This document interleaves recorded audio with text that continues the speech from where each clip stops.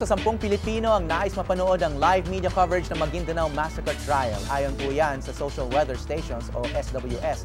At kumakailan lang inaprubahan na nga ito ng Korte Suprema. Pero babala ng Korte sa media na tututok sa kontrobersyal na kaso, sundin ang mga pamantayang inilabas nila. Pag-usapan natin yan kasama ang UP College of Law Professor na si Attorney Rowie Daroy Morales. Magandang umaga po, Attorney Morales. Hi, magandang umaga sa iyo. Yes. Maraming journalist na nagre-react na napaka-stricto ng mga guidelines na inilabas ng Supreme Court. Parang hindi talaga seryoso na bigyan kami ng pagkakataon na bigyan ito ng live coverage. So, ang interest pala is from the point of view ng journalists. Well, hindi from the point of view. Kasi ang sa amin muna. Sige, sa inyo muna. Ang naririnig ko, ang concern niyo is naglabas pa kayo ng guidelines o pinayagan nyo pa kaming mag-cover. Hindi naman pala ninyo kami papayagan na maglagay lang ng snippets or i-edit. Kailangan pala yung buong coverage. Kaya if the trial takes 2 hours, 2 oras ka nakatutok doon. Titigil lang kung may recess sa korte. Dahil bawal nga tigilin. Bakit? Hawi, ganito lang yun eh. Hindi lang yun. May I add something? Kailangan fixed yung camera. Na naka-long shot. Hindi pwede yung sa mukha mo. Tapos iniisa-isa yan. Dahil kahit hindi man lang lagyan ng annotation or comment, kasi bawal din ang voice over. Bawal ang commentary. Kung ano yung naririnig at nakikita sa korte, yun din ang makikita. So, bigyan lang muna natin to ng konting imahinasyon. Sabihin natin, pwedeng mag-comment, pwedeng mag-pan, pwedeng mag-zoom in, pwedeng mag-zoom out. During the whole trial, at sabihin natin ang isang nandoon sa audience, o kasi public hearing, no? Public hearing is different from publicized hearing. Okay? There is a right of the accused to a public hearing. Mamaya pag-uusapan natin ito. Pero just in case, tapos may isang nandoon sa public na yung mukha niya. You know, things like that. Marami ang nakakita. Whether we like it or not, nakikita yan ng tao. Ayan, dyan papasok yung publicity. Whether may sinabi ang journalist, whether may sinabi yung stasyon, meron ng ma-form na opinion, inevitably, yung nanonood, ay, ba't ganun ang kanyang mukha? Kaibigan niya na, kamag-anak niya na. Naku, hindi ka panipaniwala ata ang mukha.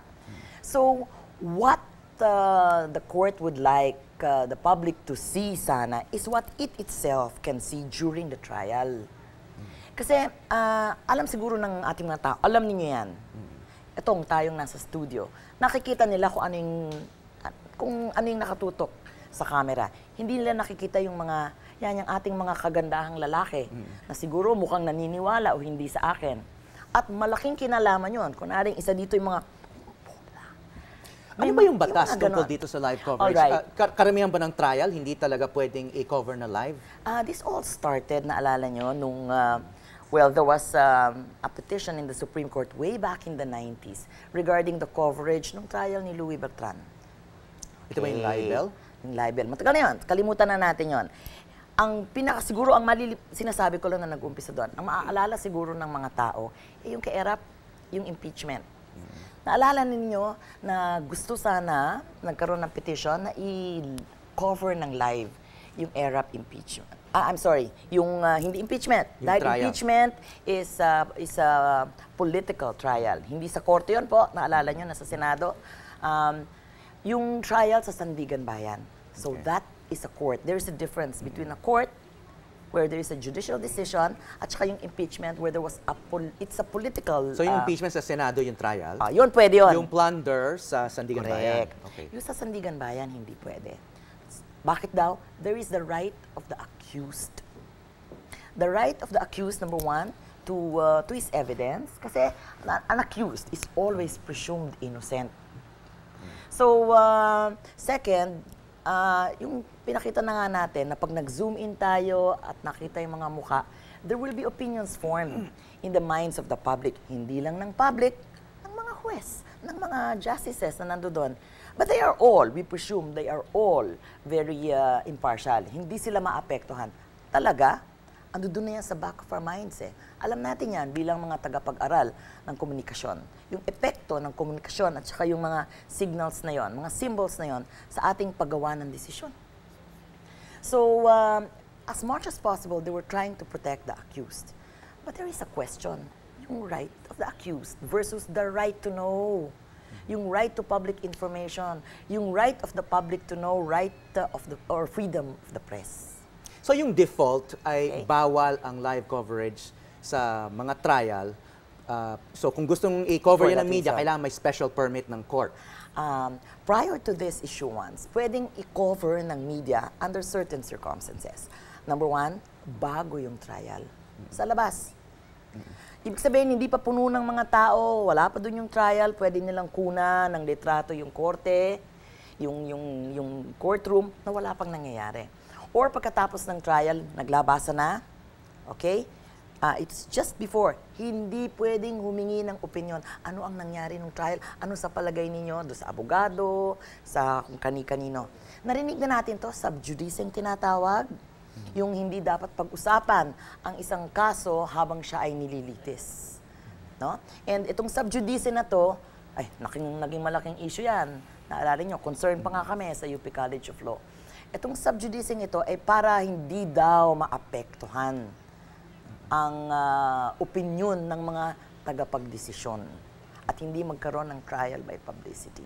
So hindi kaya magkakaroon ng trial by publicity ito? Yan nga yung sinasabi ng mga abogado ng mga ampatuan. Of course, yun ang sinasabi nila. May trial by publicity na kung ganun rin lang. Meron man o walang coverage. What's the difference? Di ba? Ang nangyayari nga lang dito is pwede na ngayon magkaroon ng coverage. Makikita ngayon natin lahat. Dahil pwede naman, a trial is a public trial. Unless sinabi ng West, hindi pwede ang publiko dito dahil napaka-sensitive ng pinag-uusapan. Yan yung mga rape, na yung ano ng isang tao, yung sensitivities ng isang tao. Pero yung ganyang klaseng napakalaking issue na yan, ang daming gustong taong pumasok. Ang tinatawag ngayon na public trial at sinasabi ng korte na sure pwedeng public trial, ilan lang ba ang capacity ng isang courtroom?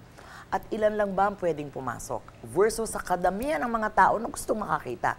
Ito yung pagkakataon. Okay, summarize lang po natin yung mga guidelines ayon sa Supreme Court. Ano ba yung live coverage guidelines? Camera lang ng Supreme Court ang Okay, pwedeng nandun sa loob that's right. ng courtroom, sinabi nyo na yun. So ibig sabihin, yung images namin, yung video ng media ay kailangan manggaling doon sa Supreme Court Yes. camera. Pangalawa, hindi pwedeng putulin yung coverage. Kailangan Correct. tuloy-tuloy. From the beginning till end. Walang commercials. Pwedeng magka-commercial kung magkaroon ng recess sa korte. Kasi Okay. may mga, yung korte mismo So, gano'ng kadalas yung mga recess na yan usually? Hindi sa mga natin ganito? alam. Oo. Hindi natin alam. Naalala ko nung nag-annotate ako dito for your impeachment coverage, gusto na namin nila, nung mga ibang mga commentators na pumunta man lang dyan sa ladies room. Hindi. Kasi may nangyayari. Hindi namin alam. No? Hindi namin alam kung kailan kami tatawagin. Para lang i-explain sa public or pwedeng magpasok ng kahit ano. Hindi mo alam eh. So, hindi pwede mag-interrupt hihintayin yung anchor o No. reporter. Hindi pwedeng sumingit ng paliwanag Hindi. o kung ano o Hindi. summary. So, hindi. Alerto ka. Pag sinabi ng court, okay, recess for 5 minutes. Yan. We take advantage dito sa studio. But otherwise, hindi pwede. So parang napakahirap mag-comply ang mga network, lalo ng mga commercial station, no? Na kailangan talaga may commercials at syempre importante rin na may audience share ka, may ratings ka na baka sa sobrang haba naman ng isang boring testimonya na lalaglag yung ratings, doon madalas kailangan pumasok yung anchor para bigyan ng konting buhay yung coverage, no? So kung hindi yan. pwede gawin lahat yan, baka mahirap talaga mag-comply ang Correct. mga Hindi mo alam broadcaster. kung itong testigo na to, interesting, ito pala hindi. If you have decided na i-cover tong trial na to, abay, kailangan mo lang umpisa hanggang dulo.